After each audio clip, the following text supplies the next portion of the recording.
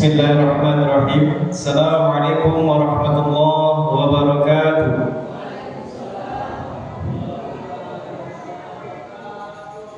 Innal hamdalillah nahmaduhu wa nasta'inuhu wa nastaghfiruh wa na'udzu billahi min shururi anfusina wa min sayyiati a'malina may yahdihillahu fala mudilla lahu wa may yudlil fala hadiya lahu.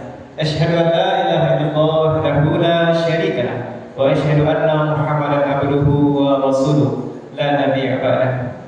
Wa qala Allah ta'ala fil Qur'anil Karim, na'udzu billahi minasy syaithanir rajim. Bismillahirrahmanirrahim. Rabbi shrah li sadri wa yassir li amri wahlul 'uqdatam min lisani yafqahu qawli. Yang kami hormati Ketua Pengurus Masjid Nurul Amal Ikhlas beserta perangkatnya, dan yang kami hormati Ketua Ramadan beserta jajarannya, dan yang kami hormati, kami banggakan dan kami muliakan ayahanda, ibunda, dan adinda yang berhadir di masjid yang mulia ini dan menjadi tamu-tamu Allah. Semoga Allah muliakan kita.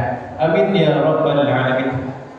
Bersyukur kita kepada Allah Subhanahu wa taala dengan kalimat hamdalah. Alhamdulillahi rabbil alamin. Segala puji bagi Allah, Tuhan semesta alam. Dan bersalawat kita kepada Nabi besar Muhammad sallallahu alaihi wasallam dengan lafaz Allahumma shalli ala sayyidina Muhammad wa ala ali sayyidina Muhammad. Marilah kita buka acara ini dengan bacaan basmalah. Bismillahirrahmanirrahim. Terima kasih adik-adik protokol, dan salah satu, kalau agak panjang sedikit dari sebelah kanan itu Pak, mungkin habis ngaji ya Pak. Alhamdulillah, adab adalah kebersihan dari iman. Nah, itu juga termasuk yang kemarin mungkin judul pentingnya adab. Dan salah satu pentingnya adab adalah kita beriman dan membuang sampah pada tempatnya. Alhamdulillahirabbil alamin. Semoga anak kita rabbana hab lana minas sholihin menjadi anak-anak yang soleh. Adapun judul hari ini yaitu pemimpin yang adil. Pada malam-malam sebelumnya ada judul tentang larangan berbuat zalim. Nah, ini hampir senada deh Pak, hampir senada deh Bu. Adil adalah menempatkan sesuatu pada tempatnya, sedangkan zalim menempatkan sesuatu bukan pada tempatnya. Dan pemimpin adalah umarok. Paling kecil pemimpin itu adalah pemimpin diri sendiri. Minimal ketika kita berpuasa bukan hanya mengendalikan hawa nafsu saja, bukan mengendalikan diri untuk menahan lapar dan haus saja, tetapi juga memimpin diri kita untuk bertahan dari segala hal-hal yang membatalkan puasa. Contoh, jikalau kita memiliki mata, maka yang kita lihat adalah hal-hal yang baik, bukan adalah kegiatan maksiat. Jikalau kita punya telinga, kita terhindar dari godaan syaitan yang terkutuk ataupun dari lidah-lidah yang tidak menyuruh kepada Allah. Dan jikalau kita memiliki hati kita yang muqallibal qulub, sabis qulubana ala dinik, Allahumma ya musharrifal qulub, sharrif qulubana ala ta'atik. Walaupun hati itu berbolak-balik, semoga Allah teguhkan hati kita dalam taat kepada Allah dan berada dalam jalan Allah. Pemimpin yang adil ini banyak sekali dalam Al-Quran dan hadis. Dan pemimpin yang adil ini dalam hadis riwayat Bukhari, sab'atun yuzillihumullah fi zillihi zilla illa zilluh. Ada 7 naungan, dan naungan itu tak ada lagi yang bisa mendapatkan kecuali naungan Allah. Yang pertama adalah al-imamul adil, pemimpin yang adil. Kemudian siapa? Syabun nasa bi ibadatillah. Sebutkanlah para pemuda-pemuda yang selalu taat kepada Allah, yang hatinya terpaut kepada masjid, yang hatinya terpaut kepada hal-hal ibadah lainnya, hal yang terpaut kepada amal-amal soleh. Nah, 7 naungan ini yang dapat naungan Allah, yang pada hari itu ayah kita tak bisa berikan naungan, ibu kita tak bisa berikan naungan, kakek atau adik anak tak bisa berikan naungan, dan Rasulullah pun tak bisa naungan. Yang bisa Rasulullah berikan apa? Syafaat. Maka kita selalu senantiasa ketika disebutkan nama Nabi Muhammad SAW, maka spontan dan Rasulullah mengajarkan untuk selalu berselawat kepadanya. Allahumma sholli ala sayyidina Muhammad wa ala ali sayyidina Muhammad. Itu yang pertama kita bahas adalah pemimpin yang adil. Yang kedua adalah keutamaan orang yang bagi pemimpin yang adil, orang yang memiliki sifat yang adil. Keutamaannya adalah yang pertama tadi mendapatkan naungan Allah, yang kedua adalah mendapatkan mimbar Allah. Apa maksudnya mimbar Allah? Apakah sama ketika khutbah? Oh tidak.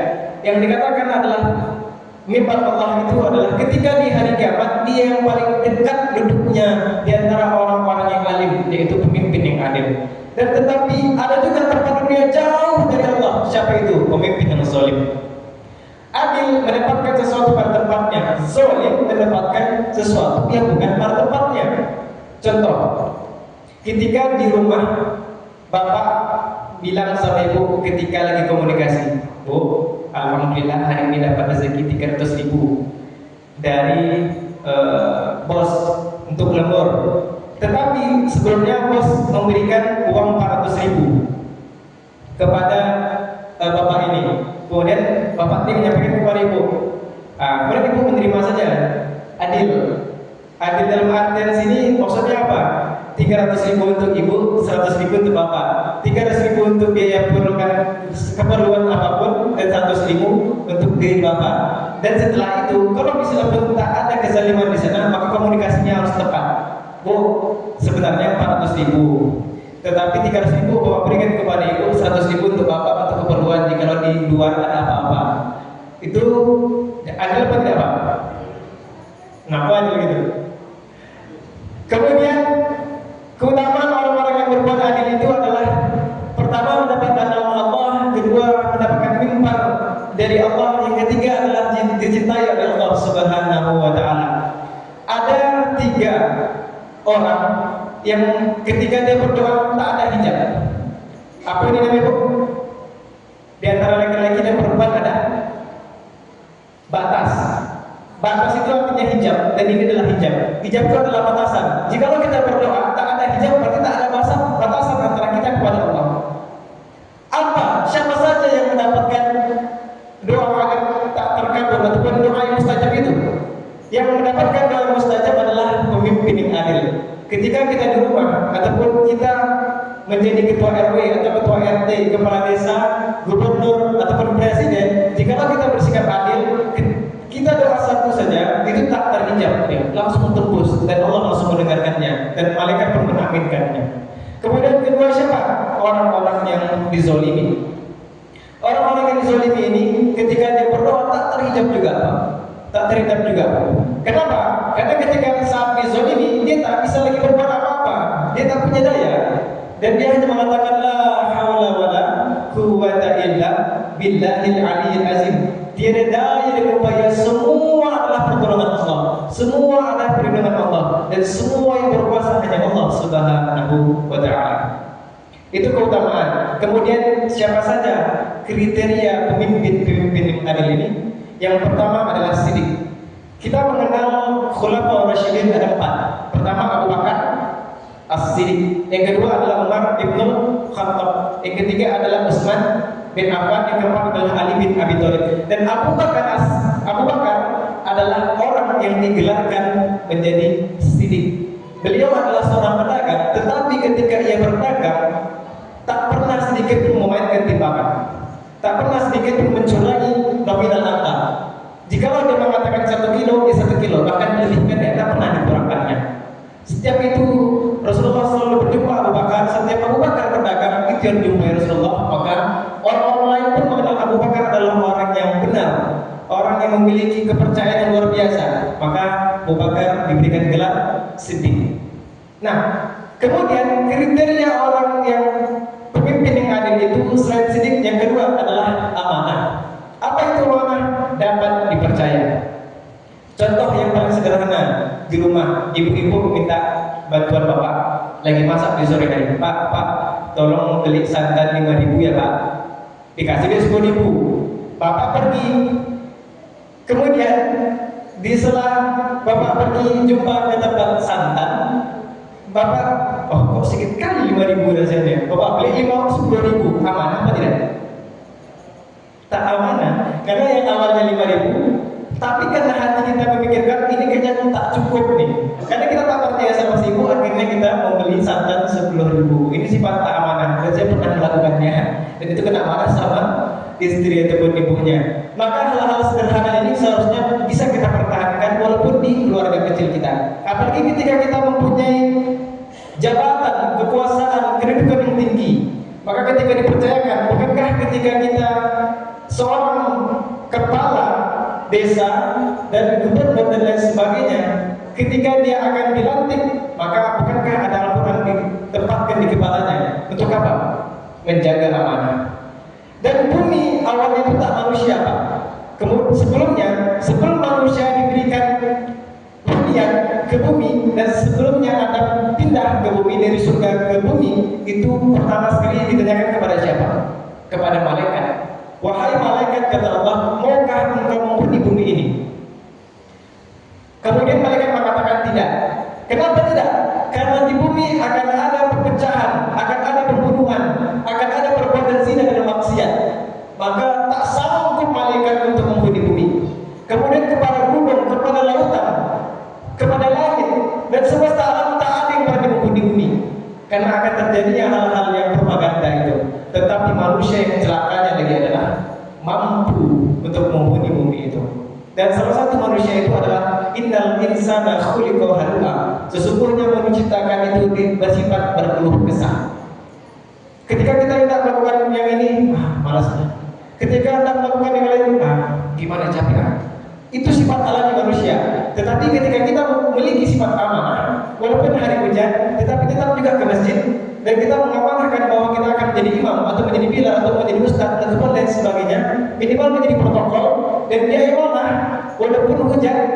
Tetapi sifat-sifat yang bahasa ini ditanamkan di waktu kecil, dan dia mempertahankan amanah, insya Allah dia menjadi orang-orang yang soleh dan solehah. Kemudian dari sini kebenaran kedua amanah, yang ketiga adalah patonah. Apa ini patonah? Cerdas, ahli. Ada sebuah hadis mengatakan, jikalau kita menempatkan suatu persoalan kepada yang bukan ahlinya, maka siaplah menghadapi kehancuran. Contoh Pak, awak kerjanya sebagai PNS, tapi awak disuruh untuk menertibkan lalu lintas, bisa apa tidak? Nah, tak sesuai koridor. Jikalau kita menjadi seorang polisi, tetapi diamanahkan untuk mendakwahkan, tapi tak pernah ikut pondok pesantren dan lain sebagainya, apa yang akan disampaikan? Pekerjaan lalu lintas, tak sesuai dengan koridor dan porsinya. Maka dari itu, jikalau kita sudah diberikan kedudukan dan diberikan amanah, kemudian kita mengerjakan sesuai ahlinya, maka kita termasuk orang-orang yang ahli dan patonah di dalam bidangnya, cerdas. Dan untuk menjadi pemimpin pun tak terlalu payah dan tak terlalu mudah. Jikalau kita berat ke samping, maka kita tak adil. Jikalau kita berat ke belakang, kita tak adil. Tetapi jikalau kita menempatkan sesuatu pada tempatnya, maka Allah akan menjamin setiap doa-doa yang akan kita minta, yang akan kita harapkan, itu akan dikabulkan oleh Allah Subhanahu wa Ta'ala. Yang terakhir adalah kriteria orang pemimpin yang adil itu adalah dicintai dan mencintai rakyatnya. Jikalau kita hari ini memiliki kedudukan, apakah kepala sekolah kah, apakah ketua RT atau ketua RW kah, maka ketika kita sudah dicintai oleh rakyatnya, maka yakinlah kita adalah pemimpin yang adil. Jikalau kita hari ini sebagai seorang suami, ada istri dan anak, dan kemudian mereka mengatakan mereka mencintai bapaknya, mereka mencintai ayahnya, mereka mencintai abinya, jikalau perkataan itu telah disampaikan oleh mereka, maka yakinlah kita sudah menjadi pemimpin yang adil. Barangkali itu yang dapat saya sampaikan, semoga bermanfaat. Dan di surat An-Nahl terakhir, ibadallah innallaha ya'muru bil adli wal ihsan wa ita'i dzil qurba wa yanha 'anil fahsya'i wal munkar wal baghi ya'izukum la'allakum tadhakkarun. Nah, ini adalah kalimat-kalimat yang sering kita dengar ketika khatib, ketika khutbah disampaikan oleh jamaah. Apa yang dia seru? Yaitu selalu berbuat adil dan menyuruh kebaikan. Ya'izukum la'allakum tadhakkarun. Dan setiap apa yang telah Allah berikan kepada kita, hendaklah kita mengambil pelajaran. Semoga menjadi bahan renungan bagi kita dan semoga bermanfaat. Subhanakallahumma wa bihamdika asyhadu an la ilaha illa anta astaghfiruka wa atubu ilaik. Wallahu a'lam bishawab. Assalamualaikum